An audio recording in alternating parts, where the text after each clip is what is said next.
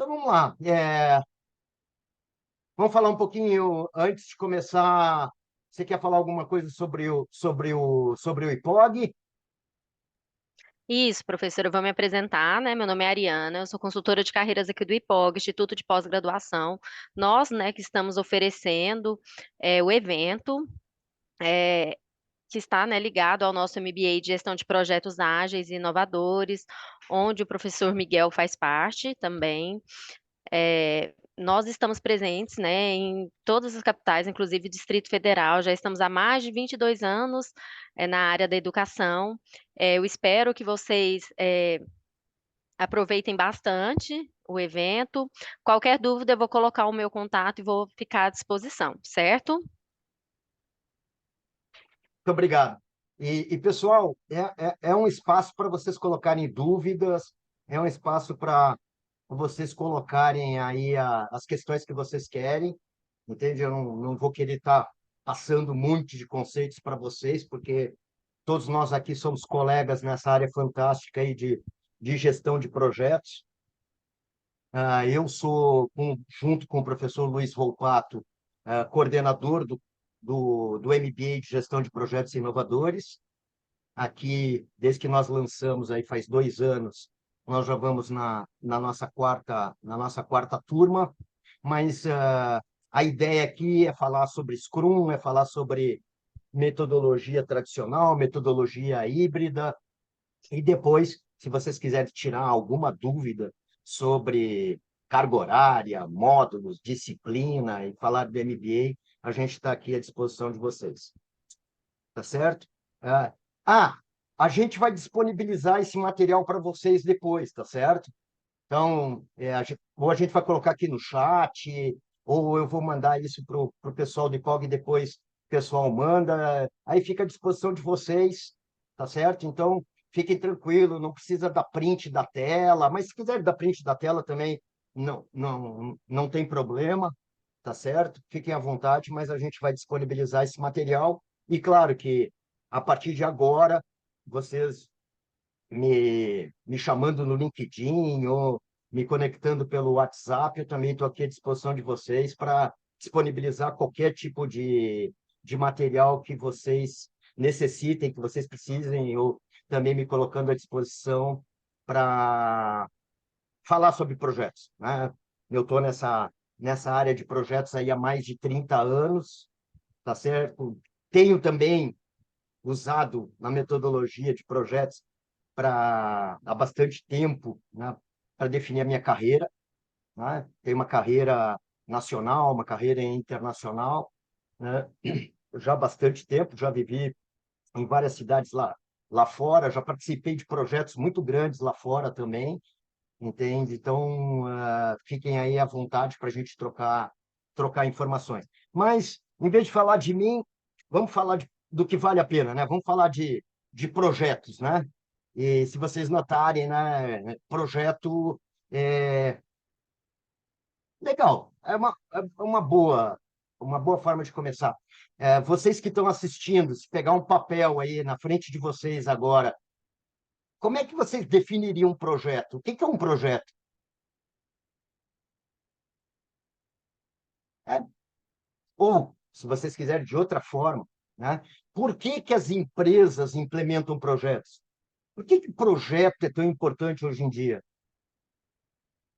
Então, duas coisas aqui, né? Primeiro, o que leva as empresas a terem projetos? É uma pergunta. E a outra pergunta que eu podia fazer para vocês é: o que que é um projeto, né? Então, essas são duas coisas que nós, como gerente de projetos, a gente tem que ter na ponta da língua, porque eu tenho que conversar com um demandante, com um solicitante, né? Que é o meu stakeholder principal, né? Que vai me pedir o projeto, que vai ter uma necessidade, vai ter uma demanda, né? E eu vou ter que conversar com ele por que o projeto, para que o projeto, se esse projeto está ou não alinhado com a iniciativa estratégica da empresa, se esse projeto está alinhado ou não com o planejamento estratégico da empresa, se esse projeto faz parte de um portfólio, faz parte de um programa, né? Etc. Então, a gente tem que entender esses conceitos. Então, eu tenho que conversar com o demandante sobre as razões, para poder depois passar para a minha equipe as razões por que a empresa precisa desse projeto, ou a instituição precisa desse projeto, ou organização, uma administração pública, ou uma organização não governamental.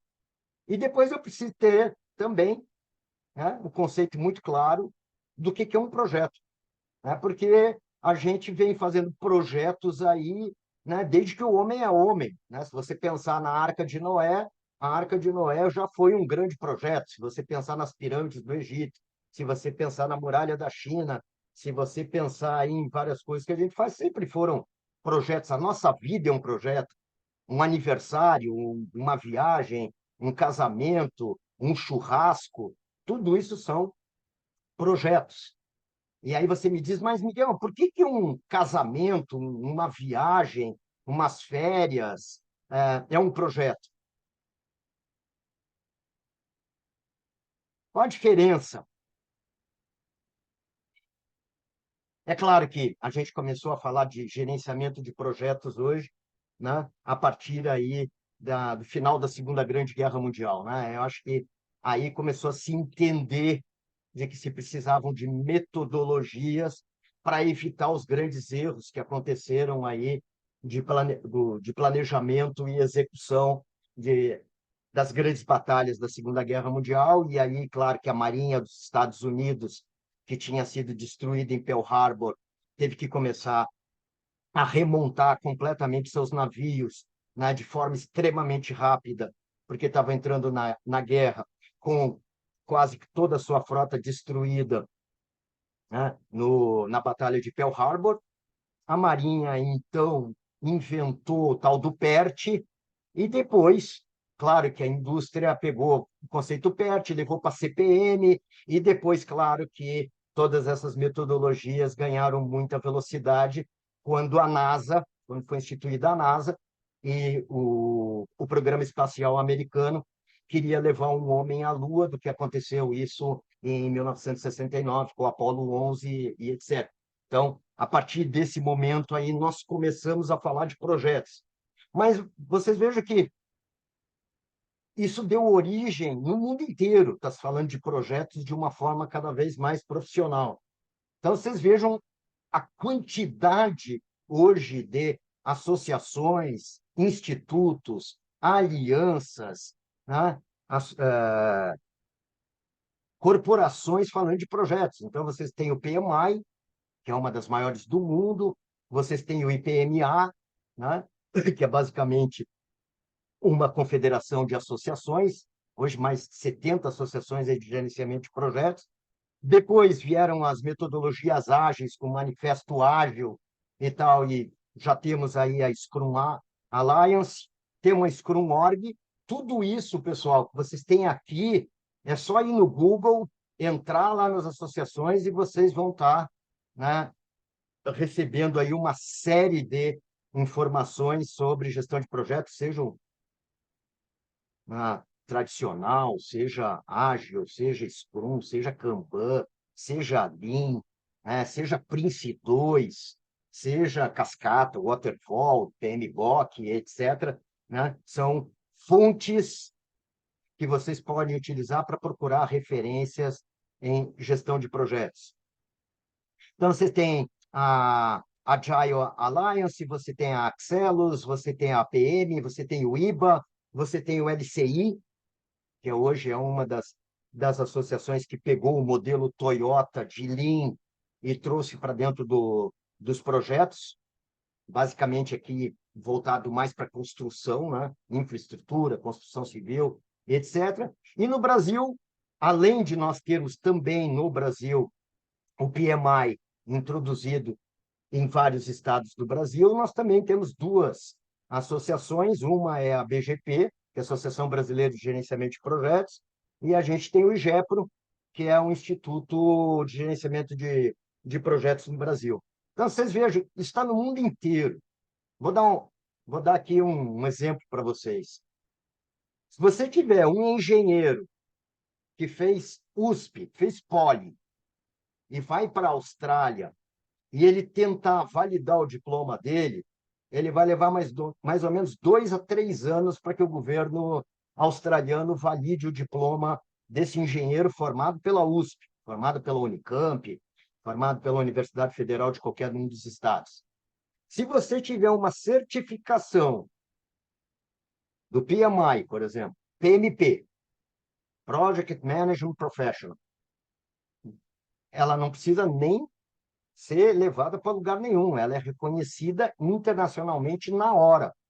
Então, vocês vejam, né, a força hoje das certificações que existe para você poder atuar ou em projetos multinacionais e multilocais, e cada vez mais nós estamos trabalhando em projetos multidimensionais, multinacionais que estão no Brasil hoje, com projetos que estão na Alemanha, que estão na Índia, que estão na China, nos Estados Unidos, no Canadá, no México, na Comunidade Europeia, na Austrália, na África do Sul. Então, a gente precisa hoje, né, de certificações para trabalhar nesse tipo de projetos. E vocês vejam aí, então, o piso hoje de que tem, né, nessa parte de gestão de projetos. Eu vou passar aqui rapidamente para aqueles colegas que não são propriamente gerentes de projetos, mas estão tentando entrar na área, alguns dos conceitos fundamentais. Eu acho que um dos conceitos fundamentais aí está expresso nessa figura aí do que a gente chama de triângulo de ferro de um projeto, né? Vocês já pensaram por que que a forma gráfica desse triângulo é um triângulo equilátero? Por que que a gente não fez aqui um triângulo isósceles, por exemplo? Por que que a gente utiliza como figura aqui um triângulo equilátero, onde um dos vértices é o escopo, o que vai ser feito, o outro vértice é o tempo que a gente tem para executar, para o projeto fique pronto, e o outro escopo é a parte dos recursos que a gente tem, quanto dinheiro a gente tem, quais são os recursos materiais, pessoais, informacionais, computacionais que nós temos à nossa disposição, e tudo isso, né, ajustado de forma a entregar os requisitos de qualidade que o projeto existe. Então, a primeira coisa que a gente tem que entender é que o projeto é um esforço colaborativo. Ah, mas por que esforço? É um esforço porque nós estamos trabalhando em algo que nós nunca fizemos na organização que nós estamos trabalhando. É um esforço porque outras pessoas vão ter que continuar fazendo as atividades e demandar algum tempo para o projeto que vão trabalhar. Por que que é colaborativo?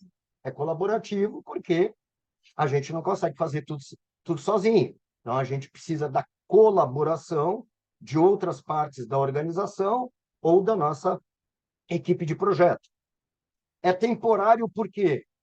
Porque todo projeto tem início, meio e fim. E tem como objetivo entregar para a organização um resultado que a organização não tinha. Então, isso diferencia projeto de processo. Tem muita gente que confunde projeto e processo. Vocês vejam, o que é um processo? Um conjunto de atividades realizadas de forma contínua que geram sempre o mesmo resultado. Repetir aqui, um conjunto de atividades realizadas de forma contínua que geram sempre o mesmo resultado. Processo de contas a pagar, processo de recrutamento e seleção, processo de compras, processo de vendas, processo de produção, processo jurídico, processo administrativo. É um processo, ele gera sempre o mesmo resultado. A gente cria um processo para fazer com que todas as pessoas executem esse conjunto de atividades da mesma forma. E a gente quer que sempre dê o mesmo resultado. O contas a pagar tem que estar certo, o processo de recrutamento e seleção tem que atingir os resultados, o processo de produção tem que entregar sempre o produto com o mesmo nível de qualidade, e por aí vai.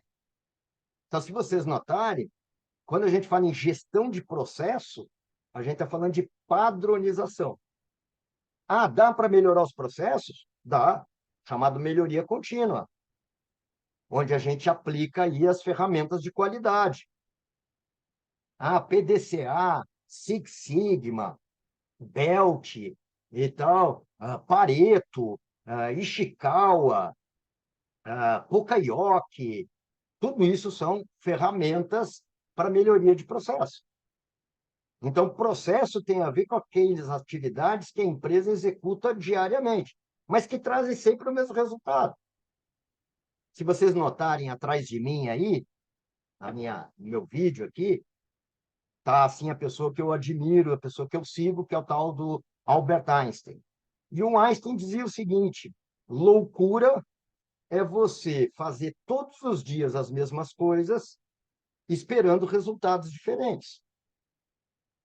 Se você faz todos os dias do mesmo jeito, o resultado é sempre igual.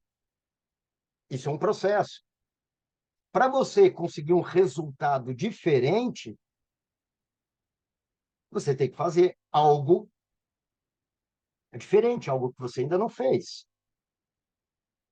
Quando nós implantamos algo que a empresa ainda não detém, nós chamamos isso de inovação. Então, se vocês notarem, projeto tem a ver com inovação. Processo tem a ver com melhoria contínua. Eu posso ter um projeto para substituir os meus processos? Posso. Eu posso ter um projeto de automação de algum dos meus processos. Posso utilizar a inteligência artificial para alguma coisa. Posso utilizar a internet das coisas para alguma coisa. Posso utilizar a realidade virtual. Posso utilizar robô. Posso utilizar learning machine. Ok, mas aí eu estou inovando, estou mudando completamente o processo. Agora, quando eu só torno o processo mais rápido, melhor ou mais barato, eu estou fazendo melhoria contínua. Então, eu tenho uma série, assim, uma briga, às vezes, que eu tenho de forma conceitual, né? Se eu posso utilizar a palavra projetos para melhoria de processos. Sei, não quero brigar, né, com ninguém. Se a empresa utiliza essa metodologia, esse conceito, está tudo bem, desde que a gente utilize a metodologia certa, de que a gente entregue o resultado, de que a gente gere valor para a organização. Então, vocês vejam, a primeira coisa que a gente precisa saber é a diferença entre projeto e processo. É óbvio que o resultado do projeto vai gerar um processo na empresa. Porque o papel do gerente de projeto, o primeiro papel do gerente de projeto, é segurar, ter certeza que o produto que está entregando no final do projeto vai gerar valor para a organização, vai ser utilizado pelas pessoas, vai ser adotado pela organização. Senão, não vira projeto, não vira inovação, vira simplesmente invenção. Vou dar um exemplo para vocês. Vocês veem empresas que gastam milhões em implantação de sistemas, seja um supply chain, seja um RP, seja um CRM, seja um sistema de business intelligence, etc. Os caras gastam milhões. Mas a única coisa que funciona na empresa é a planilha Excel. E quando se vai para a reunião, fica todo mundo brigando para saber qual é a planilha Excel que está mais atualizada, que tem os dados mais acurados, etc. Então, você implantou um sistema fantástico na tua empresa e ninguém usa. O projeto foi de sucesso? Não. Mas eu entreguei o escopo, entreguei no tempo, entreguei dentro do orçamento, entreguei com a qualidade. Legal. Mas se ninguém usa, não gerou valor. Então, a diferença entre você ter uma ideia que gera um protótipo, que é uma invenção, e uma inovação, é a questão da adoção. Se as pessoas não usarem, não gerou valor. Vocês vejam, por exemplo, quanto a Sony e a Toshiba gastaram de dinheiro para definir qual era o padrão de Blu-ray que a gente ia utilizar nos nossos vídeos, né? Nos nossos CDs, DVDs e etc. Gastaram bilhões. para definir qual das empresas ia ter a melhor resolução, ia ter o melhor sistema. Eu fui um dos que comprei Blu-ray. Não, comprei Blu-ray, eu comprei óculos de 3D e hoje está tudo na gaveta.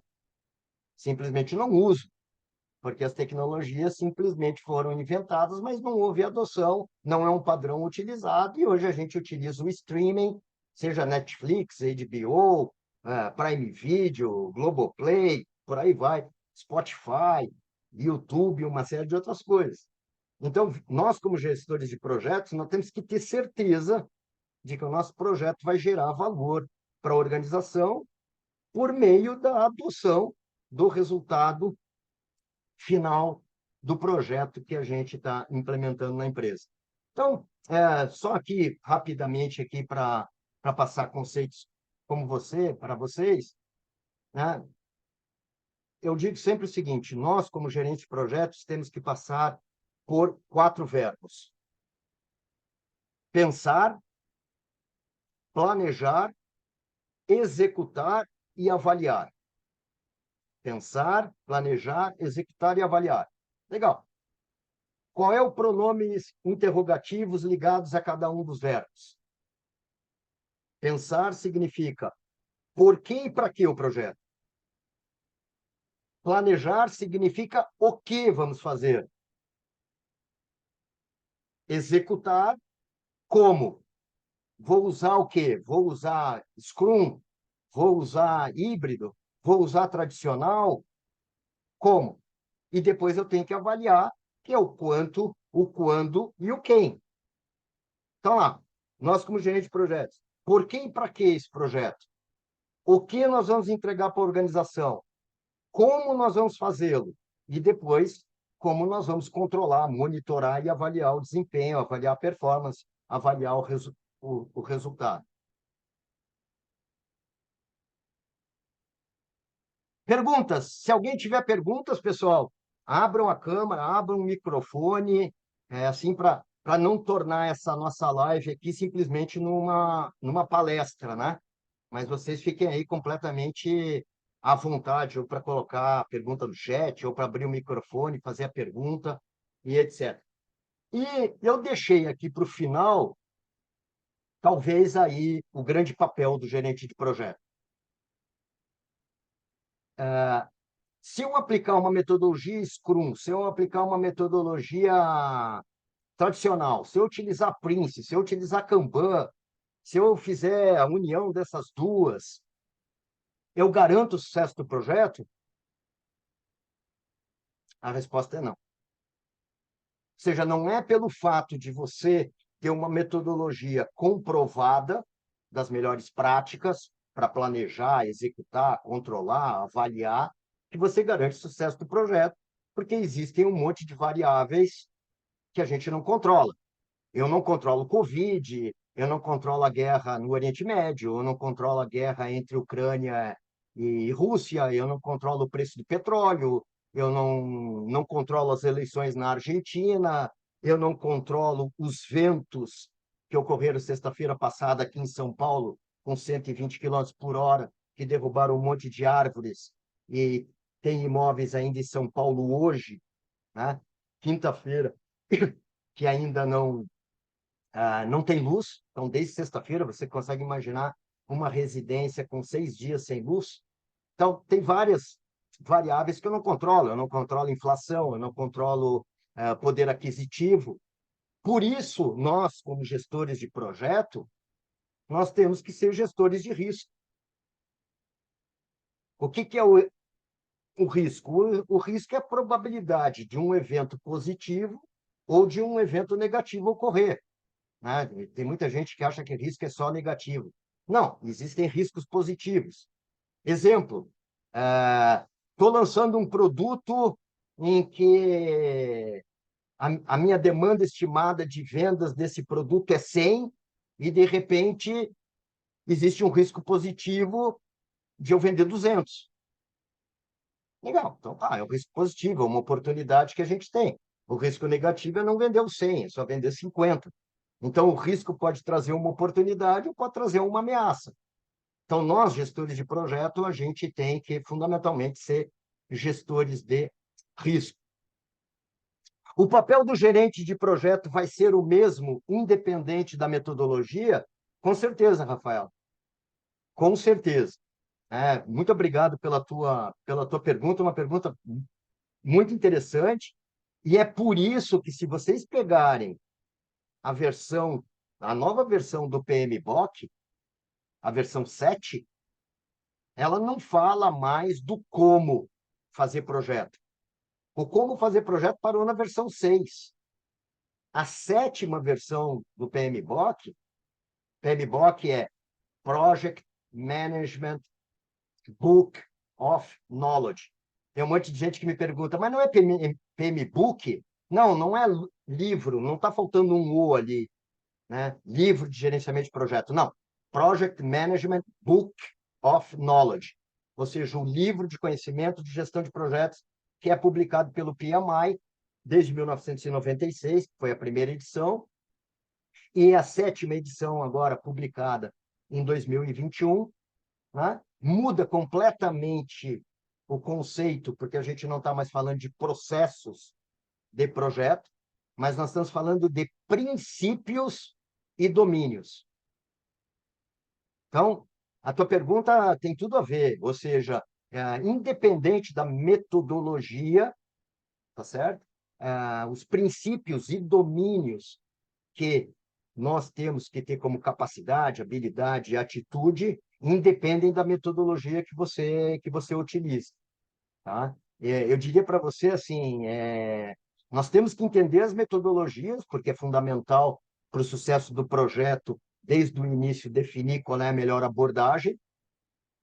Isso é fator crítico de sucesso do projeto na sua fase de iniciação, no seu business plan, no pré-business plan, ou na análise de aderência, ou na parte do estudo de caso, ou na análise de viabilidade estratégica financeira do projeto. Mas nós temos que entender disso. Mas eu digo para você assim, ó, o nosso papel como gerente de projeto é muito mais de planejar e controlar, negociar, comunicar, entender as expectativas, atender as expectativas dos stakeholders, engajar as pessoas dentro da organização, do que entender como é que faz uma sprint, de como é que faz um backlog, de como é que faz um termo de iniciação de projeto, como é que se faz um plano de risco, como é que se faz um plano de comunicação, um plano de aquisições, como é que se faz uma revisão de uma sprint diária, como é que a gente faz lições aprendidas, né? Isso é muito mais uma parte de execução, conceitos técnicos de aplicação, que são fundamentalmente e melhor desenvolvidos pela equipe de projeto. O gerente de projeto ele é mais estratégico, ele é mais tático. O gerente de projeto não é o operacional. Quem executa um projeto não é o gerente, é a equipe de projeto. Mas vocês me dizem assim, mas na minha empresa eu faço tudo. Legal, se você faz tudo, você tem dois chapéus. Você tem o chapéu de gerente de projeto e você tem o chapéu de equipe de projeto. Não dá para misturar as duas coisas. Você tem que ter na tua rotina uma parte de planejamento e controle e depois tem que ter na tua rotina uma parte de execução. Então, muito obrigado aí pela tua pergunta. Se eu não conseguir respondê-la total, volta a fazer aí a pergunta que a gente coloca. Bom, aplicação de projeto. A gente vai em todos os setores: aviação, espacial, produto, campanha, serviço, manuais, construção civil, desenvolvimento de software, até fazer uma viagem, férias, um casamento. Então, tudo que seja, né, um esforço, algo inovador, algo que não existe, que seja temporário, que tenha início, meio e fim, e que gere um resultado único, a gente pode utilizar uma metodologia de projeto, ou seja, a gente pode utilizar a metodologia em todos os setores. Como a nossa live é escolhendo a abordagem correta para o projeto, eu trouxe aqui 3 abordagens, né, que hoje, né, a gente pode dizer genéricas. Claro que dentro das abordagens tradicionais nós temos várias metodologias, PMBOK e Prince 2, por exemplo. Dentro de Ágil, a gente tem aí o famoso Scrum, podemos falar de Kanban, podemos falar de Lean, podemos falar de Six Sigma, podemos falar de Design Thinking, são tudo metodologias mais ágeis aí de gestão de projetos. E agora, finalmente, nós conseguimos parar com aquela briga que era uma briga tradicional. Ah, a metodologia tradicional é melhor do que ágil. Não, ágil é melhor do que tradicional. Ah, só pode escolher entre uma e outra. Então, nesses últimos 15 anos, a gente chegou à conclusão de que não é mais ou uma ou outra. A gente chegou à conclusão hoje que não é mais uma questão de exclusão, é uma questão de complementaridade. E vocês vejam que isso não se deu apenas com conceitos de metodologia de projeto. A gente tinha uma coisa chamada marketing offline e marketing online, marketing tradicional e marketing digital. A gente tem a briga entre loja física e plataforma digital, e-commerce, marketplace, seja o nome que vocês quiserem dar. E a gente chegou à conclusão de que não é ou, é e. Eu posso ter uma loja física e ter um site, ou um aplicativo, mobile. Eu posso ter uma presença física, como comunicação, como marketing, e posso ter uma presença online. Eu posso estar com a minha campanha de marketing dentro da vitrine da minha loja, ou posso estar no Instagram. O importante é que esses canais estejam integrados, passando a mesma mensagem, que a gente chama de omnichannel, mas isso aí é conversa para outra live. No mundo de projetos, a gente também chegou a uma conclusão de que a gente pode ter o melhor dos mundos. A gente pode ter uma abordagem tradicional para determinado setor, para determinado produto, determinado resultado que nós queiramos, né? E uma abordagem ágil para outro tipo de produto, resultado, né? Serviço que nós desejamos. E teremos algumas vezes a possibilidade de utilizá-las ambas, né? Ao mesmo tempo, no mesmo projeto, ou podemos ter metodologias diferentes, por exemplo, dentro de um programa. Tá? Então, vocês lembram lá, né, dos 3 P's, né? Portfólio, programa e projeto. Passando aí para vocês, aí, digamos aí, algumas bíblias, né? Você pega o PMBOK 7ª edição, tá certo? Que é um guia aí de padrão de gerenciamento de projetos, que é um pouco do que a Rafaela estava perguntando, que é a 7ª edição, que não fala mais hoje de execução de projetos, de como fazer projetos e tal, e etc. Tá?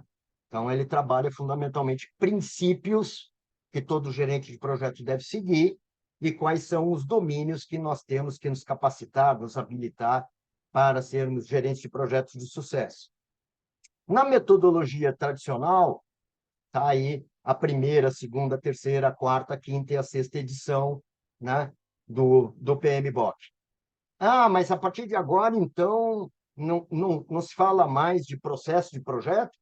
Se fala. Né? Se você é um associado do PMI, você tem hoje acesso tanto na parte dos princípios e domínios, quanto na parte, né, dos conceitos básicos aí de planejamento, iniciação, planejamento, execução, monitoramento, controle, encerramento de projetos e tal. E o PMI, entendendo de que ele é uma associação de projetos e não uma associação de projetos tradicionais, também entrou, né, e aceitou, né, os conceitos de ágil e criou um guia chamado Guia Ágil de Projetos, onde explora os principais conceitos aí dessa metodologia que foi criada aí no Manifesto Ágil, tal, e etc., por, né, alguns dos maiores desenvolvedores de software do mundo, que que criaram a metodologia ágil, e se vocês notarem, hoje também eles falam muito que talvez a palavra ágil não teria sido a melhor palavra, mas pegou, a gente fala de ágil, de agilidade, e não tem problema. Então, se a gente pegar o PMBOK, na sua versão da metodologia tradicional, vocês vão ver que ele trabalha aqui com dois conceitos. Um conceito que são grupos de processo e um conceito que são áreas de conhecimento. Então, tá. 5 processos que a gente tem na metodologia tradicional. Processo de iniciação do projeto, onde a gente faz análise de viabilidade financeira, onde a gente faz o termo de início do projeto, a gente conversa com os demandantes, a gente pega a assinatura do demandante para começo do projeto, é alocado o orçamento, alocado às pessoas, a gente faz uma análise de viabilidade estratégica, econômica, financeira do projeto, depois a gente começa a planejar o projeto, determina quais são os entregáveis desse projeto para a gente executar, cria ali a tal da EAP, Estrutura Analítica de Produto, tal. A cada ponto a gente define um marco para que a gente possa monitorar e controlar o desempenho de cada um dos entregáveis. E depois, no final, a gente tem um processo de encerramento do projeto, que é acertar o cronograma, é, acertar o nosso orçamento, fazer as lições aprendidas de projeto, desmembrar a equipe, felicitar a equipe, premiar a equipe e tal, todas aquelas, né, atividades de encerramento de projeto. Dentro das áreas de conhecimento, a gente aprende escopo que vai ser feito, a gente aprende tempo, cronograma, né? Aprende a utilizar ferramentas de software para cronograma. Então, a gente pode utilizar o Project, de repente, no tradicional, e pode usar, de repente, Kanban, né? no ágil. A gente trabalha a questão do budget do nosso orçamento, a gente trabalha os requisitos de qualidade, qual é a qualidade que a gente quer para cada uma das entregas, né? Isso, você sabe que o requisito de qualidade vai afetar sempre escopo, tempo e custo. A gente define quais são os recursos que a gente precisa. Quais são os 4 recursos que uma empresa tem? Toda empresa tem, todo gerente tem 4 recursos que ele tem que gerenciar sempre: recurso financeiro, recurso humano, recurso de materiais e equipamentos e recursos de informação. Eu preciso de dinheiro, que é o meu budget, eu preciso de pessoas para executar, eu preciso de equipamentos, materiais, insumos, e eu preciso de informação para tomada de decisão. São os meus dashboards, que são os meus KPIs, etc. Eu preciso me comunicar com os stakeholders, seja de forma vertical ou de forma horizontal, preciso me comunicar com os demandantes do projeto de uma forma sintética e preciso me comunicar com a minha equipe de projeto de uma forma analítica. Então, eu, como gerente de projeto, tenho que ter essa capacidade de síntese e essa capacidade de análise. E, horizontalmente, eu tenho que me comunicar com os gerentes das outras áreas que estão sendo afetadas pelo resultado do meu projeto. Eu preciso ter um plano de riscos, entendendo quais são os eventos positivos e negativos, ou as oportunidades e ameaças que podem surgir durante o meu projeto. Pode interromper o meu projeto, pode pedir para que eu tenha que ser mais rápido no meu projeto, posso ter corte de budget, posso ter corte de pessoal, posso não receber o material de um determinado fornecedor e pode gerar um atraso no meu projeto. E tenho que ter, né, um plano de compras, que é aquilo que eu vou adquirir para executar o meu projeto, um insumo, um equipamento, uma máquina, uma viagem, um treinamento, uma consultoria externa, etc. E tenho que saber quem são os stakeholders que eu vou conversar dentro da empresa. Quais as pessoas que apoiam o projeto, quais as pessoas que não apoiam, quais são as pessoas que podem bloquear o projeto, quais as pessoas que podem ajudar o projeto, como é que eu mantenho as expectativas dos stakeholders e o engajamento desses stakeholders de forma a contribuir para que eu possa atingir os resultados a qual eu planejei, me determinei, estou executando e estou avaliando. Então, se vocês pensarem, né, a metodologia tradicional, ela trabalha com um grupo de processos e áreas de conhecimento. Legal. A prática ágil já trabalha com conceitos um pouco diferentes. Em primeiro lugar, né, ser ágil não é a metodologia que é ágil. Esse é um grande erro. Não se esqueçam, agilidade, a palavra ágil é um adjetivo. É a pessoa que tem que ser ágil. Não é a metodologia, é o nosso mindset. O que é ser ágil? É ser rápido, é ser resiliente, é abraçar a mudança, é estar com a mente aberta, é a capacidade de se adaptar a qualquer mudança que ocorra durante a execução do projeto ou durante a nossa vida. As pessoas me perguntam, Miguel, o que leva uma empresa a ter um projeto? E eu digo, a mudança. O ambiente competitivo mudou, eu tenho que ter eu tenho que me adaptar ao novo ambiente competitivo. Ah, como é que eu me adapto ao ambiente competitivo? Ah, eu lanço um novo produto, eu mexo na minha comunicação, eu mexo nas pessoas, eu mexo nos processos, eu mexo no meu preço, eu mexo na minha promoção, eu mexo na minha distribuição, eu mexo na minha evidência física e eu me adapto ao novo ambiente competitivo. Um concorrente lançou um outro produto, né? O concorrente baixou o preço, o comportamento do consumidor agora, do meu público-alvo, é mais mobile, ele quer um prazo de entrega mais rápido, não sei quais são as exigências, né? O governo mudou uma regra, agora eu tenho que cuidar de resíduo, né? Eu estou agora implantando conceito de sustentabilidade na empresa, então eu tenho que ser sustentável, eu tenho que patrocinar causas sociais na comunidade, eu tenho que me adaptar. Então, agilidade, pessoal, não é a metodologia que é ágil, é a nossa mente. Então, agilidade é um mindset.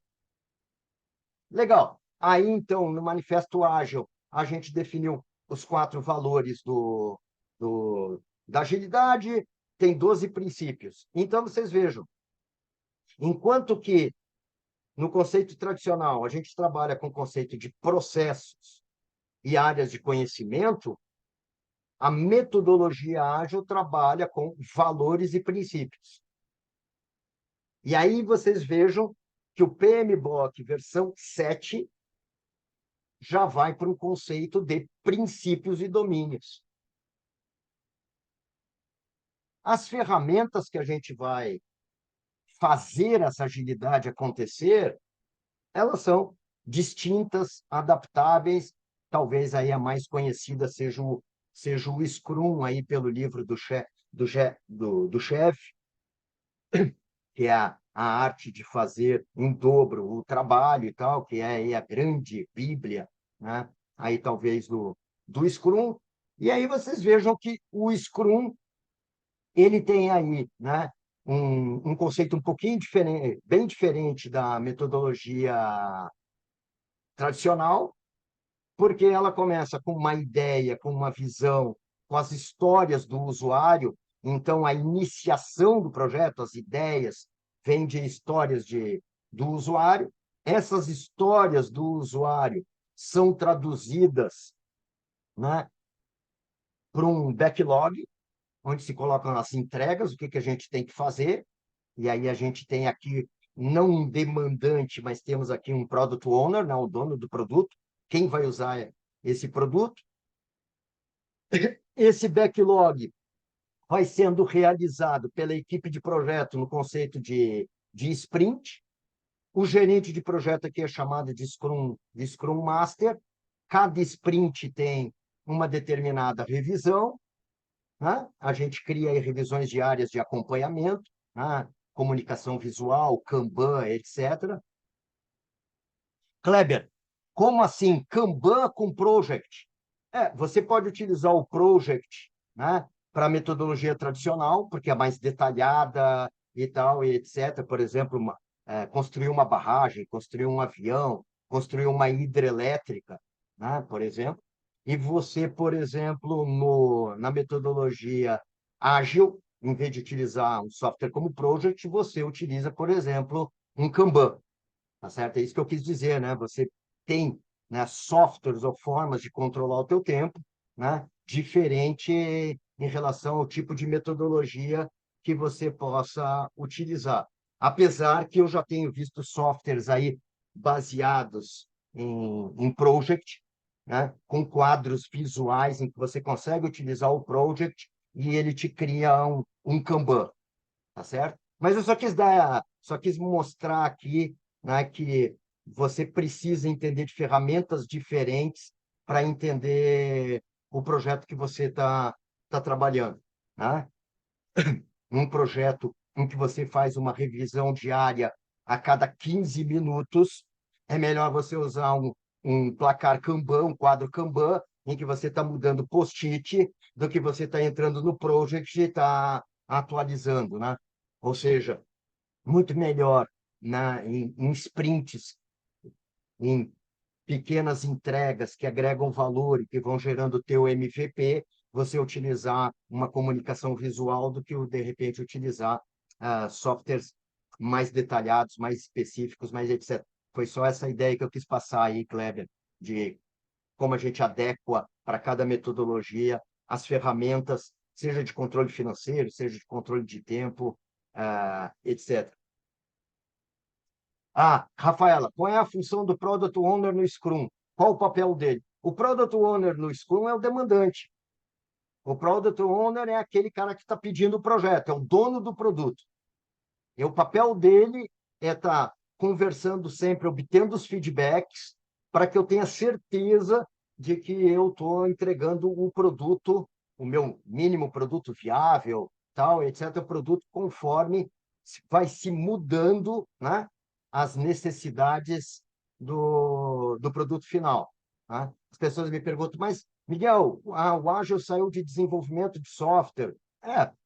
Porque os aplicativos que você faz, os softwares que você faz hoje, necessitam cada vez mais de customização, de personalização, e você não pode mais esperar para lançar um software quando você tiver absoluta certeza de que ele está 100% perfeito. Eu vou dar um exemplo para vocês, e aí talvez uma das origens, por que que o Ágil nasceu, por que que o Scrum nasceu, etc. Se vocês pesquisarem, se vocês se lembrarem, no final dos anos 2000, 1985, 90, 95, 2000, 2005, o grande produtor de software, vamos falar aqui na indústria de games, eram os japoneses. Você pegava empresas como Nintendo, tal, e etc. E os japoneses eram o grande mercado, né, os grandes desenvolvedores, né, de jogos. O japonês tem uma cultura, como vocês sabem, da perfeição. Né? O japonês, ele diz, ele gasta 90% planejando e 10% executando.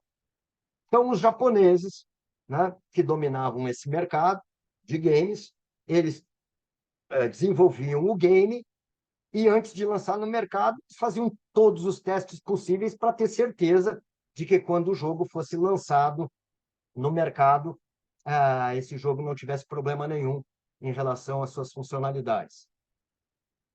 Os americanos rapidamente entenderam que essa indústria de games estava se desenvolvendo, em que as pessoas estavam querendo mais jogos, mais jogos, mais jogos, mais jogos, já que eles tinham as plataformas, né?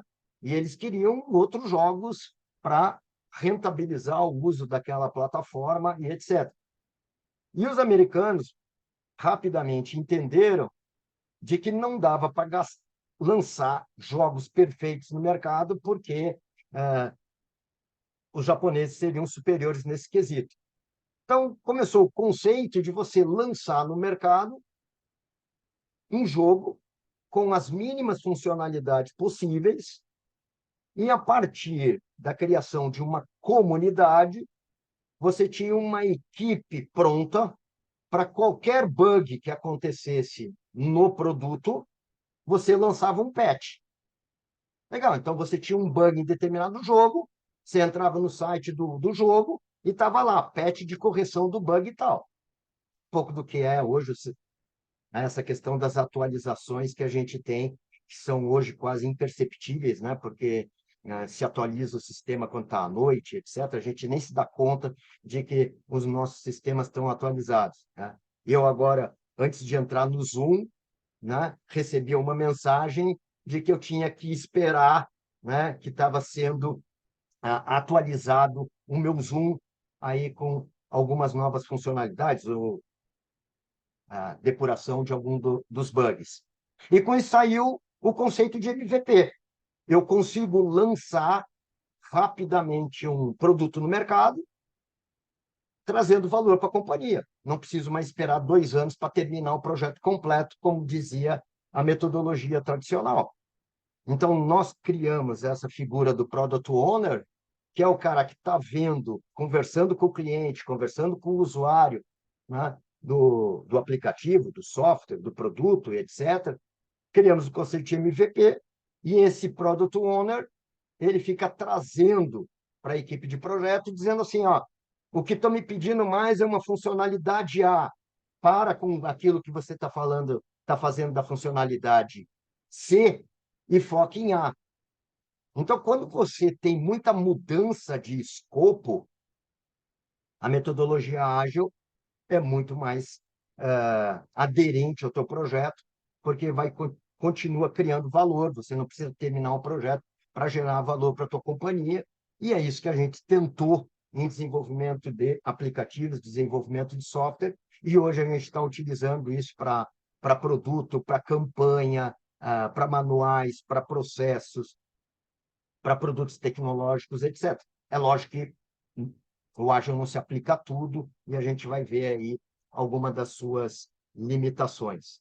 Então, enquanto que na metodologia tradicional a gente tem um cara chamado demandante, que pede um projeto e que a participação dele é quase nenhuma, ele só quer saber se a gente está chegando atingindo os nossos resultados ou não, que ele vai receber o produto no final.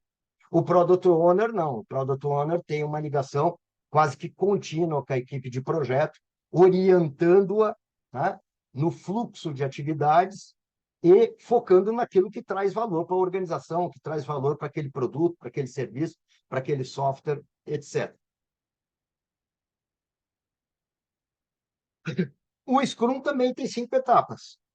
Da mesma forma que a gente, na metodologia tradicional, tem iniciação, planejamento, execução, monitoramento e controle e encerramento, né? Se você pensar no Scrum, ele também tem 5 etapas.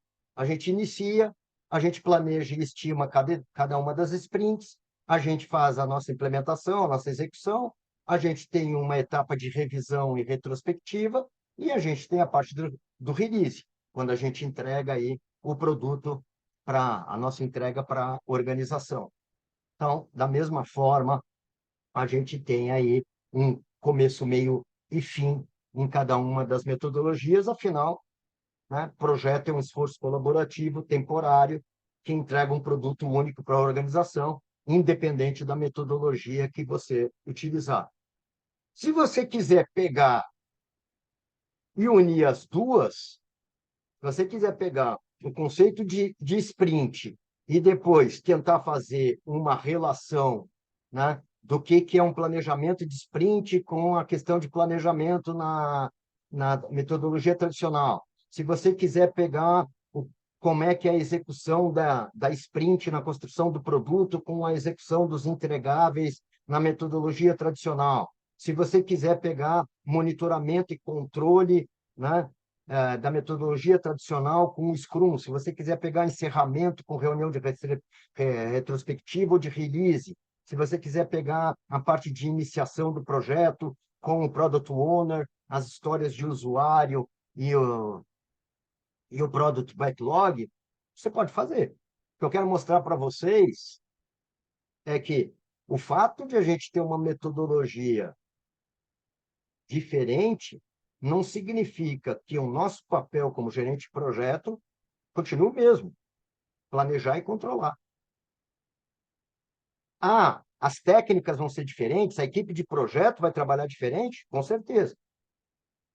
os formulários vão ser diferentes, a forma de se reunir vai ser diferente, a forma de marcar o tempo vai ser diferente, a forma de controlar os nossos KPIs serão diferentes porque os produtos são diferentes, os objetivos são diferentes, as metas são diferentes.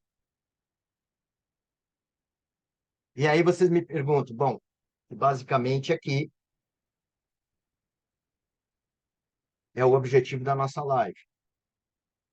Quando usar uma abordagem em relação ao projeto que nós estamos implementando, ao projeto que nós estamos executando? Quando utilizar tradicional, quando utilizar Scrum, quando utilizar o híbrido? Essa é uma tabela que a gente fez, baseada aí na nossa experiência, porque o pessoal estava dizendo que a diferença entre ágil e tradicional era uma coisa chamada documentação. Ah, qual é a diferença entre uma e outra?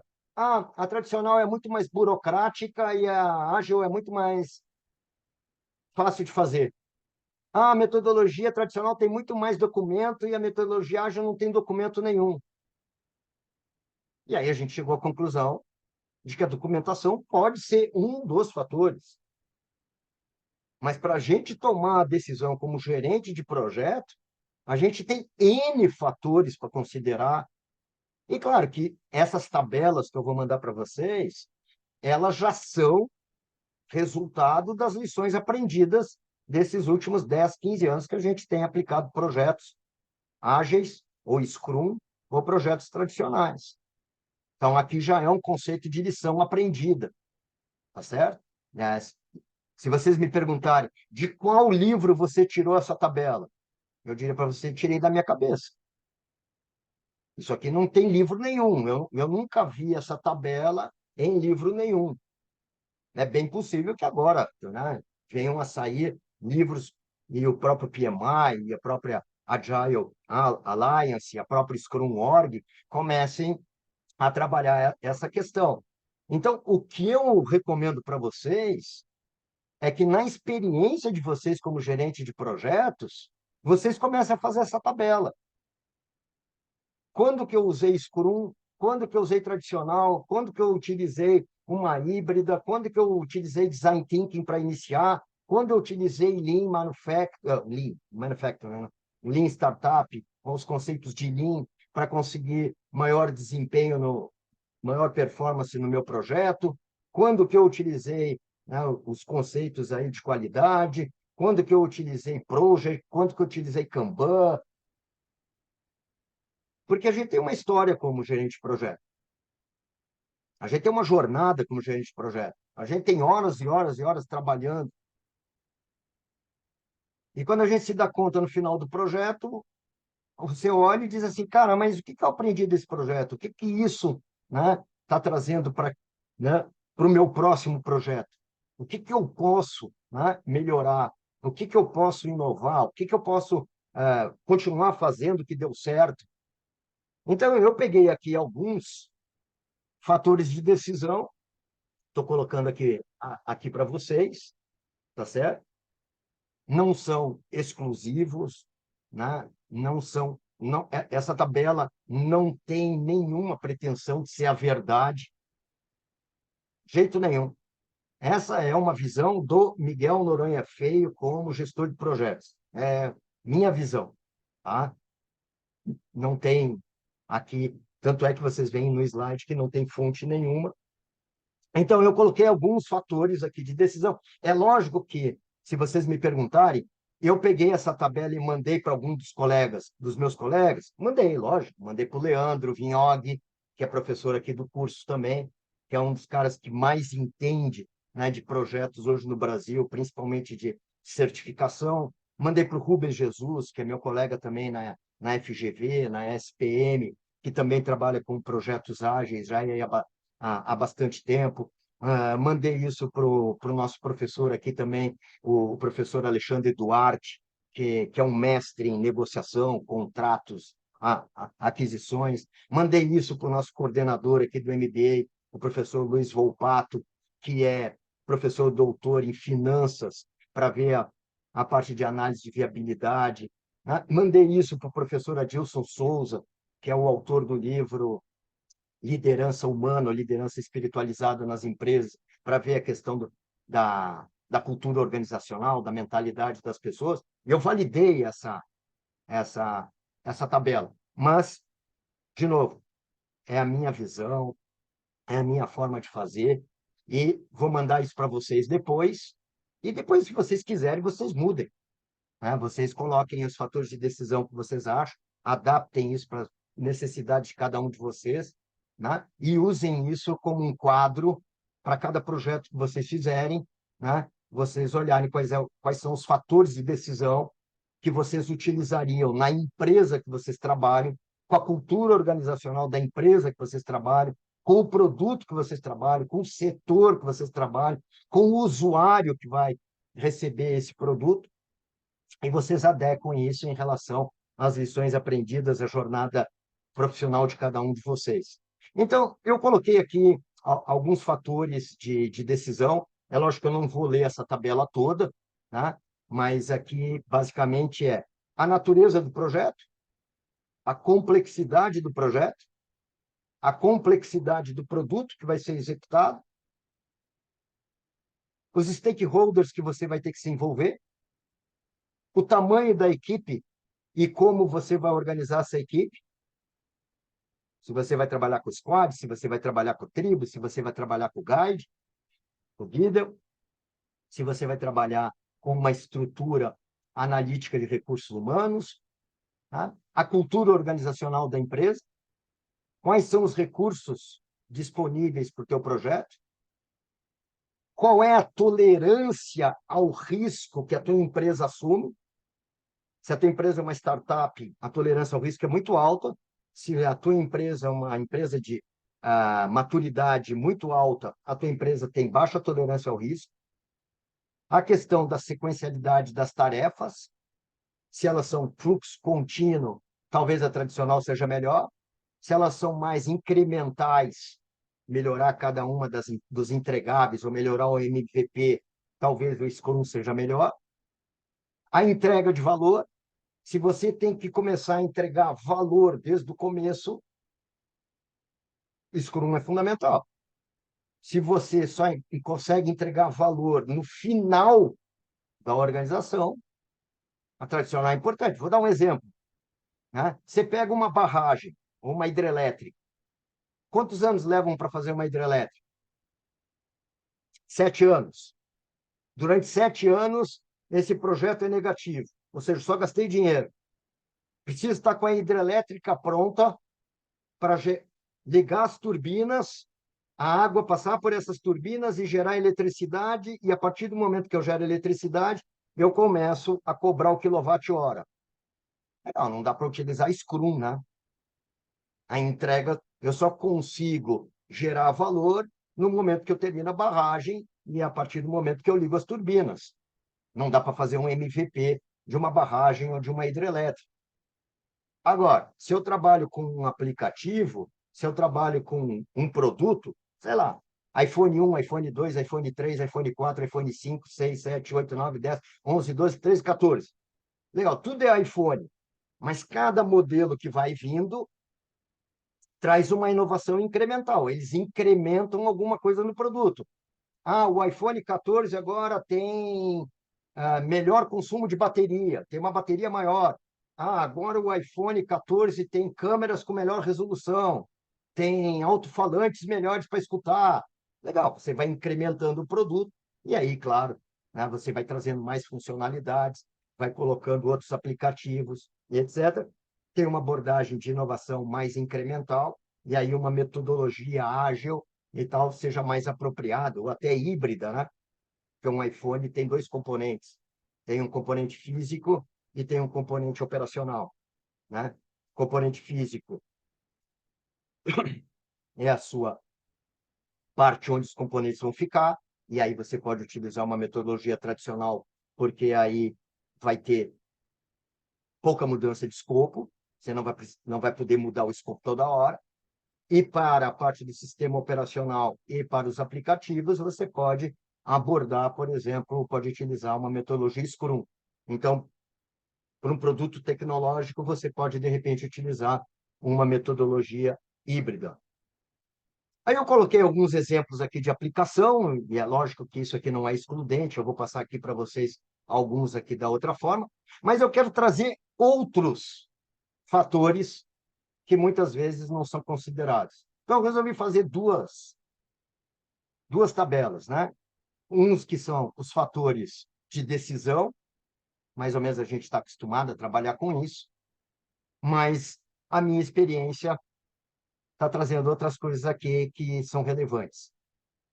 Então, eu trouxe aqui agora a maturidade da equipe. Então, a maturidade da equipe hoje é fundamental aqui para você escolher a tua metodologia. Disponibilidades de ferramentas e tecnologias, legislação de normas regulatórias. Cara, isso é fundamental. Como é que eu vou utilizar Scrum para desenvolver um medicamento, pessoal?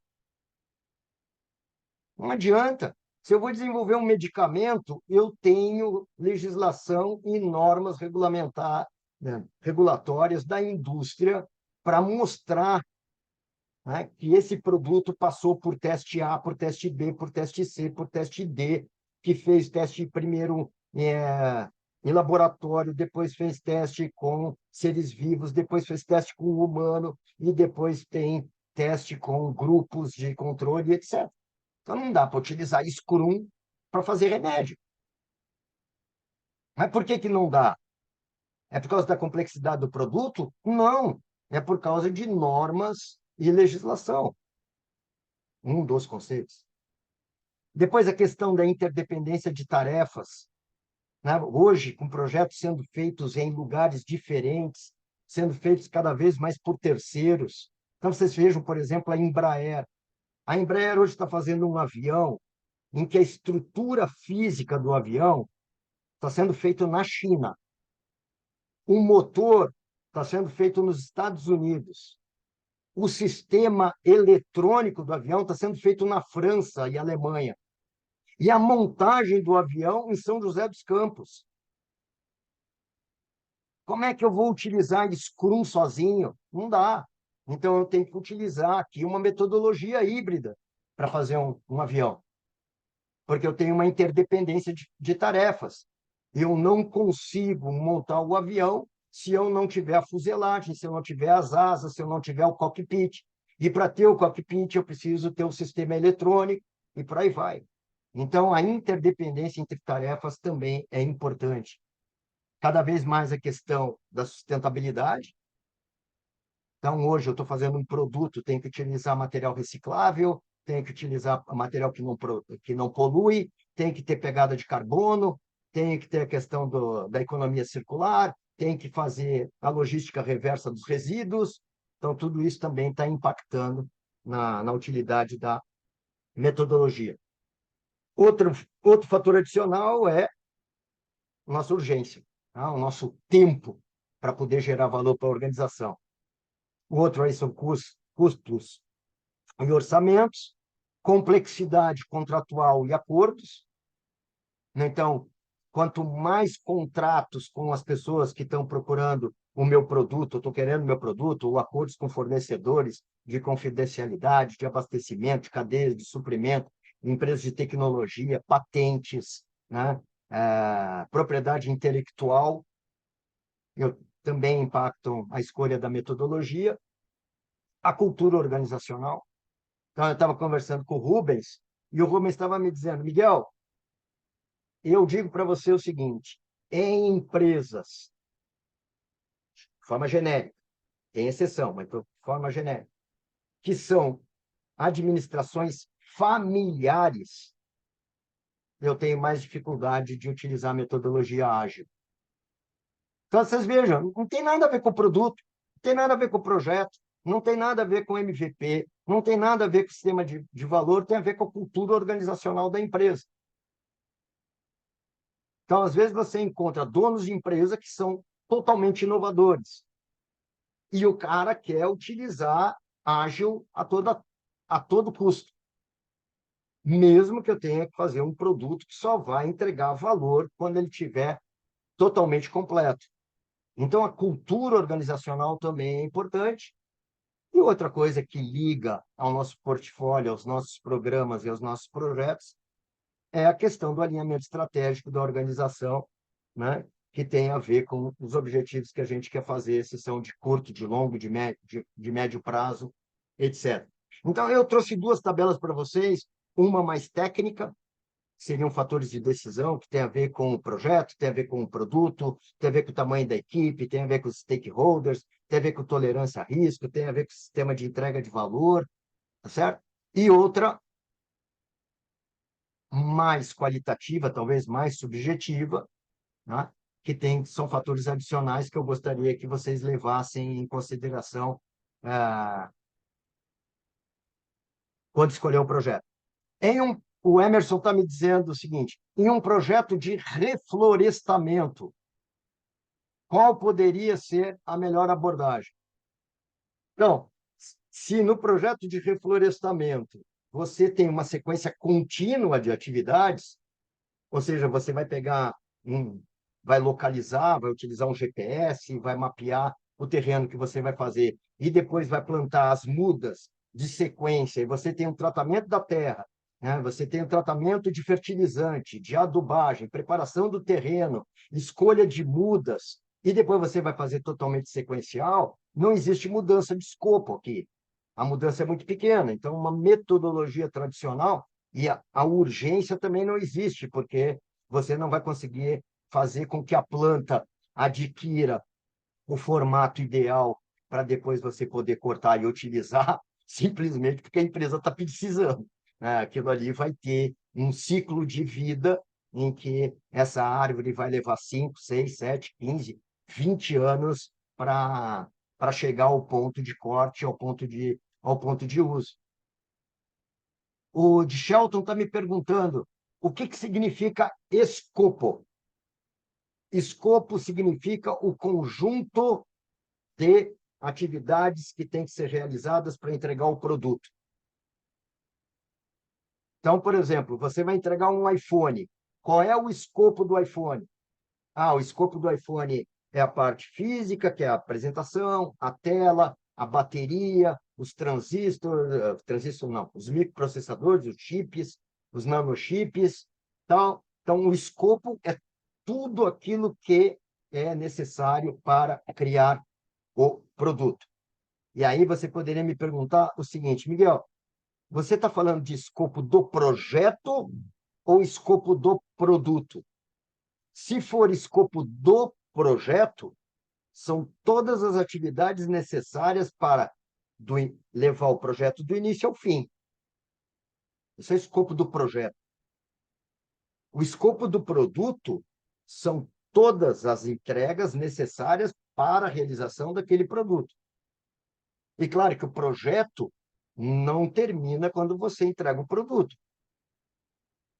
O projeto termina quando o demandante ou o product owner dá o ok do produto, aceitou o produto, mas depois eu tenho que fazer desmobilização dos recursos, desmobilização da equipe, eu tenho que fazer a avaliação da equipe, lições aprendidas, eu tenho que fazer festa, eu tenho que fazer a premiação, eu tenho que resolver toda a documentação. Então, o ciclo de vida do projeto, né, em relação ao seu escopo, é maior do que o escopo apenas do produto. Mas escopo quer dizer sempre o conjunto de atividades necessárias para realizar algo. Isso é o escopo. Tudo que eu tenho que fazer. Por isso, o planejamento é fundamental. Eu trouxe aqui para vocês, pessoal, tá? Alguns exemplos.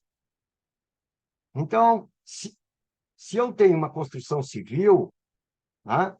Eu posso utilizar aqui uma metodologia em cascata, porque eu vou ter que comprar o terreno, vou ter que fazer terraplanagem, vou ter que fazer fundação, depois vou ter que fazer o sistema civil, vou ter que fazer hidráulico, vou ter que fazer elétrico, você vai entrar a parte telefônica, papapá, papapá. E claro que eu não vou poder, né, escutando o meu usuário, ficar mudando o meu prédio toda hora. Eu não vou poder mudar o banheiro toda hora, não vou poder mudar a cozinha toda hora, não vou poder mudar as paredes toda hora.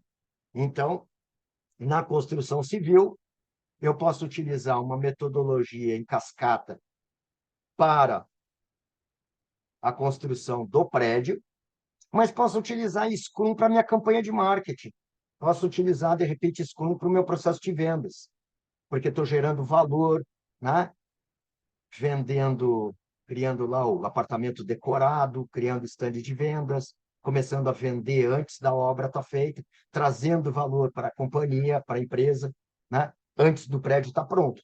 Então, vocês vejam aqui que para a construção do prédio eu vou utilizar cascata, mas, de repente, para a questão aí de geração de valor, eu vou trabalhar muito mais uma metodologia híbrida, ou, desculpa, ágil, e aí eu posso utilizar um conceito de híbrido aqui.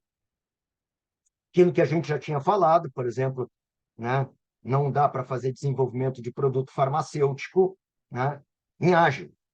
Ah, não é porque um product owner chegou para mim e disse que aquele comprimido tinha que ser verde, que eu posso colocar um corante verde no comprimido. Ah, muda o princípio ativo e a quantidade. Não dá. Eu tenho aqui uma regulamentação, eu tenho um rigor que me obriga a utilizar uma metodologia tradicional. É lógico que talvez o maior exemplo de metodologia ágil é onde ele nasceu, né? O desenvolvimento de software. Então, né? Nasceu aqui, né? O Scrum, né? E a metodologia ágil. Mas eu posso fazer campanha de marketing, né? Eu posso fazer campanha de marketing. Por quê? Porque eu comecei com um determinado produto, com uma determinada campanha, com uma determinada slogan, com um determinado cartaz, com um determinado panfleto, com determinadas fotos, com determinados vídeos. Recebo os feedbacks do meu usuário, se eles estão curtindo ou não estão curtindo, e vou alterando conforme as necessidades e os feedbacks do meu usuário. Então, hoje, em marketing, quando a gente fala de marketing, basicamente em campanhas de marketing, no P de promoção, não estamos falando aqui de preço. Apesar de que eu posso utilizar também hoje o conceito de dynamic pricing, ou preço dinâmico hoje, com metodologias ágeis. Posso trabalhar esse conceito hoje de lançar um determinado preço para um determinado produto, pegar os feedbacks dos meus usuários, ou dos meus compradores, ou do meu público-alvo, e ir mexendo nesse preço. Por exemplo, vocês vejam o conceito do Uber. O Uber trabalha com preço dinâmico. Né? Se você pegar num determinado horário, né, tem muito pedido, o preço sobe. Se você esperar 15, 20 minutos para esse pico sair, o preço do Uber vai baixar. Então, o preço sobe e desce conforme as respostas dos usuários, a demanda do usuário. E esse é um conceito de agilidade, que a gente chama de dinamismo, né? Dynamic pricing, ou preço dinâmico. O preço se adapta conforme a demanda. Passagem aérea é assim, reserva de hotel é assim, tá? Os clubes de futebol também estão fazendo preço dinâmico, tá certo? Etc. Então, você pode utilizar o conceito de agilidade, de novo, né? Agilidade não é a metodologia. Agilidade é o nosso mindset. Então, quando eu falo do P de promoção em marketing, eu posso trabalhar com metodologia Scrum, porque eu tenho um Product Owner que está toda hora me trazendo feedback dos usuários. Já falamos aqui do iPhone, aqui eu coloquei um tablet, mas poderia colocar um iPhone, em que você vê a utilização da metodologia tradicional para a parte física do produto, e você vê uma metodologia de Scrum para a parte do desenvolvimento dos aplicativos, do software, do sistema operacional, etc. Posso utilizar a metodologia híbrida em projetos de transformação digital. Então, você tem uma parte da estrutura de TI que vai ter que ser por metodologia tradicional, ou seja, você vai ter que colocar os servidores, você vai ter que colocar a nuvem, você vai ter que fazer a parte de cablagem, você vai ter que fazer a parte de conectividade, você vai ter que fazer a parte de segurança, você vai ter que instalar os sistemas, e tudo isso, a metodologia tradicional é melhor. Agora, quanto a sistemas de automação, novas funcionalidades, personalização, customização, tropicalização, você pode utilizar uma Scrum. Vamos ver aqui. Vamos disponibilizar. O que significa? Por que alguns não consideram o Kanban como uma ferramenta ágil? Assim, Rafaela, eu, eu considero Kanban uma ferramenta ágil. Essa é a minha opinião, tá certo? O que é o Kanban? O Kanban é um sinalizador daquilo que tem que ser feito, tá certo? Eu posso utilizar Kanban também na metodologia tradicional? Pode, não tem problema nenhum. Agora, por que é ágil? Porque rapidamente você põe ali nos quadros do Kanban, né? Muda as prioridades, muda as versões, né? É uma questão de post-it ou de flecha ou de ponto, não sei, ou de cartões, né? O Kanban começou fundamentalmente com cartão, mas eu acho que é uma metodologia, eu acho que é uma ferramenta ágil, né? Para a gestão de tempo, né? Ou para gestão de priorização, ou para gestão de fluxos de atividade, entende? Eu prefiro muito mais um Kanban como fluxo de atividade do que fazer um fluxograma. Tá certo que quando eu estou trabalhando, por exemplo, um projeto de um aeroporto, ou de um novo hotel, ou de um centro de distribuição, ou de um novo shopping center, eu prefiro ter o fluxograma. Prefiro ter o fluxo que me permite entender o que eu tenho que fazer no curto, no médio e no longo prazo. Agora, o Kanban, ele funciona porque ele é extremamente rápido em mudanças que acontecem em 2 horas, 3 horas, 4 horas, um dia, 2 dias. Então, você consegue rapidamente, o Product Owner, junto com o Scrum Master, pode ir ali no backlog, pode ir no Kanban e mudar rapidamente aí as prioridades e a sequência das atividades. Não a sequência, né? Eu não diria sequência na questão do Kanban, mas eu diria muito mais a questão do que deve ser executado, né? Mas eu considero o Kanban uma ferramenta ágil, minha opinião. O que mais que a gente tem aí? E aí eu queria passar para vocês agora, se vocês querem perguntar alguma coisa, se vocês gostariam de se aprofundar em alguma coisa. Não queria ter passado aí, né? A gente já passou do horário, né? 1 hora e meia. Não queria tirar aí o tempo de vocês, mas estou aqui à disposição. Se algum de vocês quiser colocar algum caso, colocar alguma atividade, tirar alguma dúvida, a gente vai disponibilizar esse material. E da minha parte, assim, o que eu gostaria, se vocês puderem, se vocês quiserem, era vocês validarem as 2 tabelas que eu estou passando para vocês. Ou seja, pegar esse material, olhar aquelas tabelas e dizer assim, isso aqui faz sentido, isso aqui não faz sentido e tal, etc. Porque eu acho que, né, aquilo que a gente se propôs aqui é escolher a abordagem certa para o nosso projeto, depende fundamentalmente dos fatores de decisão que nós temos que levar em consideração quando, né, pré-iniciamos o nosso projeto ou quando recebemos uma demanda ou uma necessidade de qualquer um dos stakeholders da companhia que entre em contato conosco, ou de que nós tenhamos um escritório de PMO, né, introduzido na empresa, e a partir daí eu tenho um portfólio de projetos, eu tenho programas e eu tenho projetos. Então, nós vamos mandar esse material para vocês, e se vocês tiverem aí a disponibilidade, se quiserem, se acharem válido, né? Entrar em contato comigo pelo LinkedIn, pelo WhatsApp, seja pelo pessoal do IPOG, que também vai dar todo o apoio para vocês. Vocês podem perguntar para o pessoal do IPOG, eles passam isso para mim, não tem problema nenhum, que é essa validação aí das 2 tabelas que eu coloquei.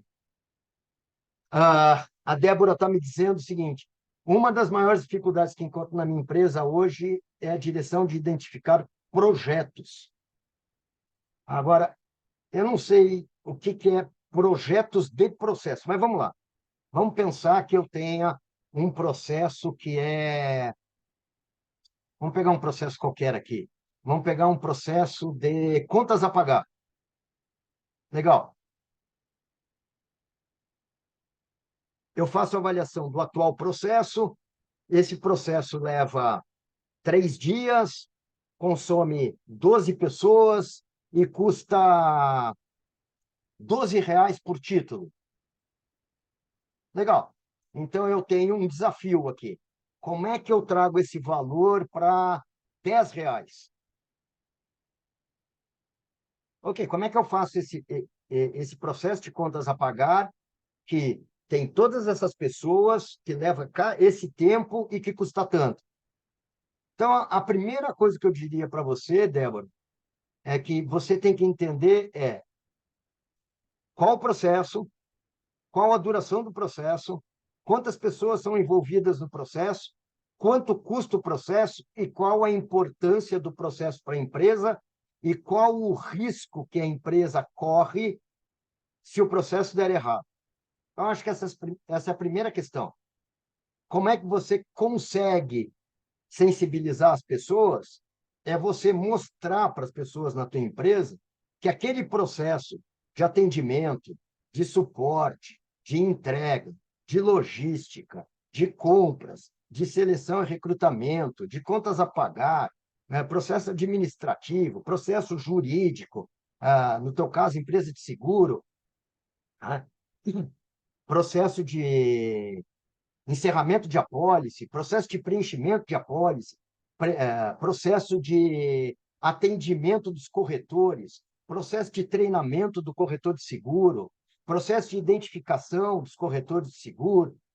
A primeira coisa que você tem que fazer é definir quais são os processos críticos para a empresa, fazer o levantamento do escopo, do tempo, do custo e do risco e mostrar para a empresa o seguinte: olha, esse processo que é crítico para nós, a gente conseguiria uma redução de 25% se a gente fizesse isso, isso, isso e isso. Então, essa é a primeira questão aí que eu te daria para você apresentar para a empresa as economias que a empresa pode ter fazendo o processo mais rápido, fazendo o processo mais barato, fazendo o processo melhor. Ou, se você quiser apresentar de outra forma, qual é o risco que a empresa está correndo por fazer o processo dessa forma. Duas formas de você apresentar as coisas, né? Uma, o que a empresa pode ganhar. Dois, o que a empresa pode perder. Né? Como o ser humano dá muito mais, considera muito mais, dá muito mais importância para o que pode perder, talvez uma forma de você apresentar isso na empresa é mostrando na empresa os riscos que ela está correndo e aquilo que ela pode perder. Porque ganhar é sempre uma promessa, perder é sempre o hoje. Então, essa é a primeira questão. Respondendo a pergunta aí do De Shelton. Professor, quero montar o meu próprio negócio no ramo de vestimenta. Como eu faço para começar esse projeto da melhor forma possível?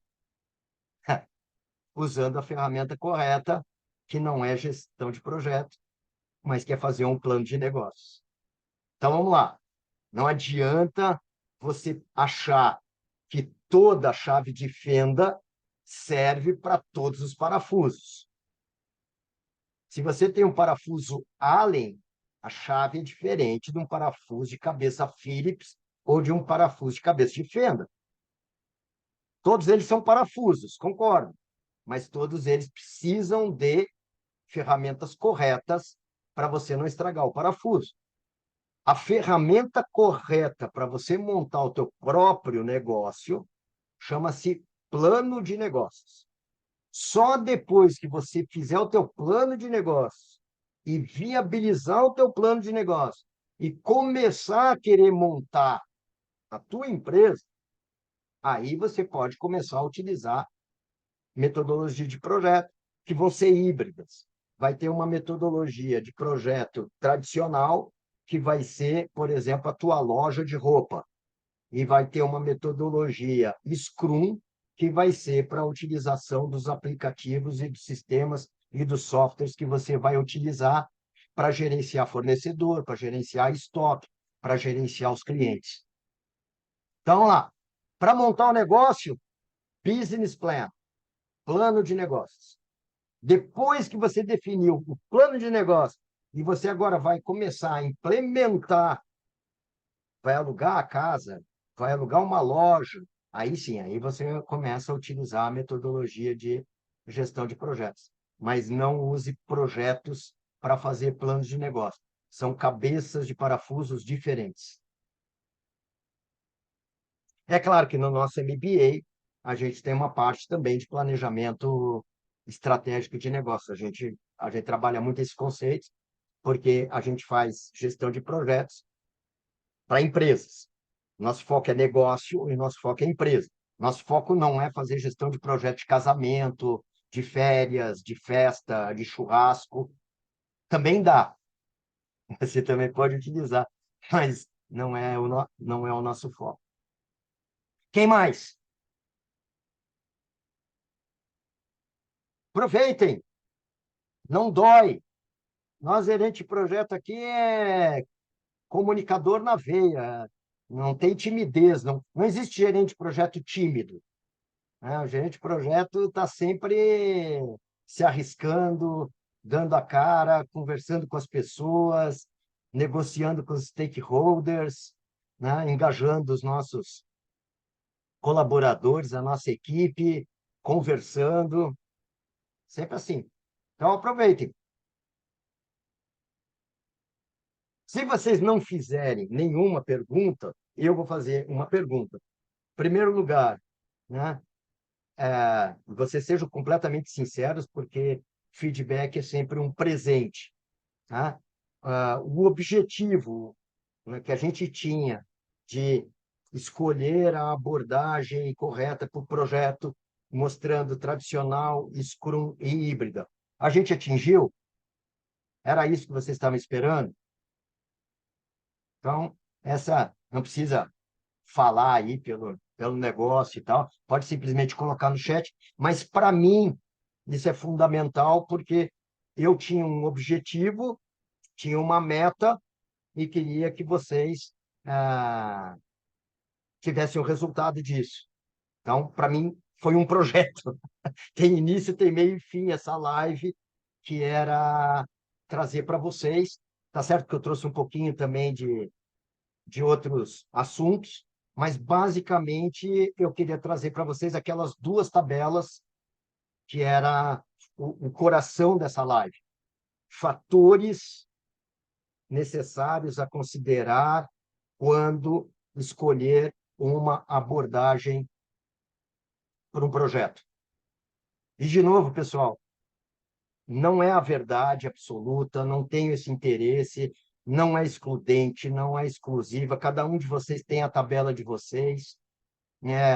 A minha ideia aqui foi pegar a minha experiência de vida em gerenciamento de projetos, as lições aprendidas que eu tive e colocar de uma forma estruturada nos principais fatores que vocês, como atuais gerentes de projetos e futuros gerentes de projetos, na minha opinião, devem levar em consideração quando vocês começarem a iniciar um projeto. Então, foi esse aí o meu grande objetivo. E se vocês não tiverem nenhuma pergunta, eu quero agradecer de novo ao IPOG aqui pela oportunidade. Eu agradeço bastante aí todo o apoio de vocês. Para mim foi uma honra e um privilégio ter vocês aqui durante esse tempo comigo. Obrigado, Raquel. Obrigado, pessoal. E desejar para vocês a continuação do sucesso pessoal e profissional de cada um. E nós, com a nossa função de gestor de projetos, como criadores de valor, como inovadores, que o nosso papel seja o de potencializar a competitividade das empresas para que elas gerem mais empregos, para que elas tenham mais sucesso e, com isso, a gente consiga transformar o nosso país numa sociedade mais justa, mais igualitária, mais responsável e que a gente possa, né, dirimir com os problemas que a gente tem, né, criando um país melhor, não só para a nossa geração, mas para as futuras gerações. Muito obrigado, Cristiane. Muito obrigado, Raquel. Professor, Obrigado. tem uma pergunta da Débora no chat. Diga, vamos lá. Tenho sobre risco dos projetos de produto novo de tecnologia. Tenho. sobre os riscos do projeto de produto novo, de tecnologia. Vamos ver se eu consigo entender aqui, né? Se eu tenho um produto novo, que é um produto tecnológico, tá? Esse produto novo vai ter que ser adotado pelas pessoas, vai ter que gerar vendas, ou se não for produto para vender, vai ser um produto que vai ter que ser adotado pela organização que vai utilizar. Quais são os riscos que eu tenho aqui? O custo pode ficar muito alto, pode não ter todas as funcionalidades, a qualidade do produto pode não estar compatível, não sei. Aí é, o que eu o que eu gostaria aí, Débora, eu vou colocar aqui no chat o meu celular, o meu WhatsApp,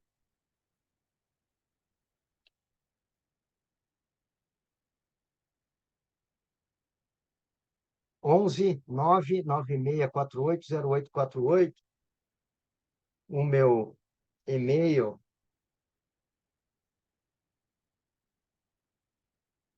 E claro que no LinkedIn é fácil de me achar, porque o único feio que tem lá no LinkedIn sou eu, então não tem como não me achar lá, basta colocar feio, pessoas, e vocês vão encontrar o Miguel Feio.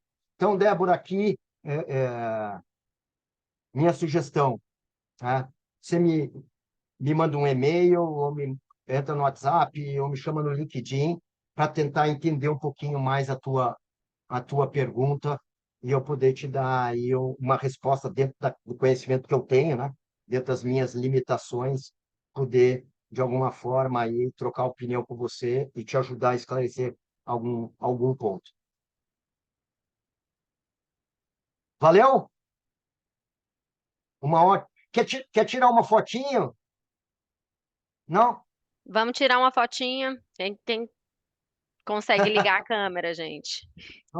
Vamos tirar uma foto. Olha o Emerson! Aí, rapaz! Seja bem-vindo! Olha, tá aí o Emerson. O Emerson aí é aluno do MBA, tá aí fazendo o primeiro módulo. Aí, Shelton, grande prazer, cara. Aí, esse bigode aí, rapaz. Boa, Vamos lá, então, gente. Eu vou tirar. valeu.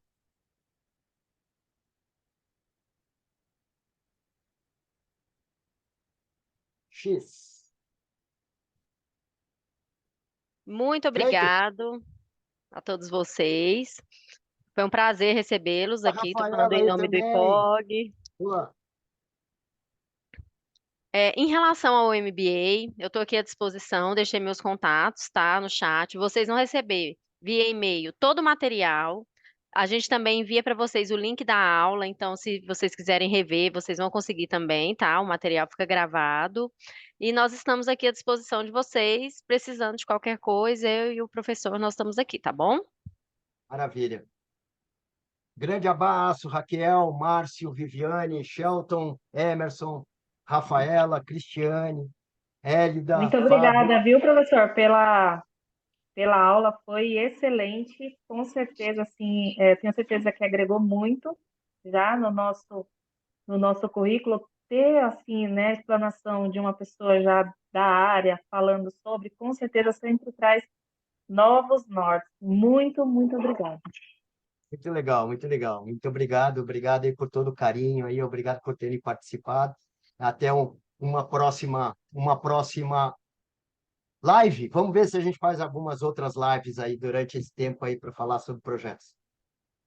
Valeu, Um pessoal. abraço, gente. Boa noite. Grande Boa abraço. noite, professor. Tchau, Tchau, tchau. tchau, pessoal. Obrigada. Nada, tchau, tchau. Boa noite. Boa noite.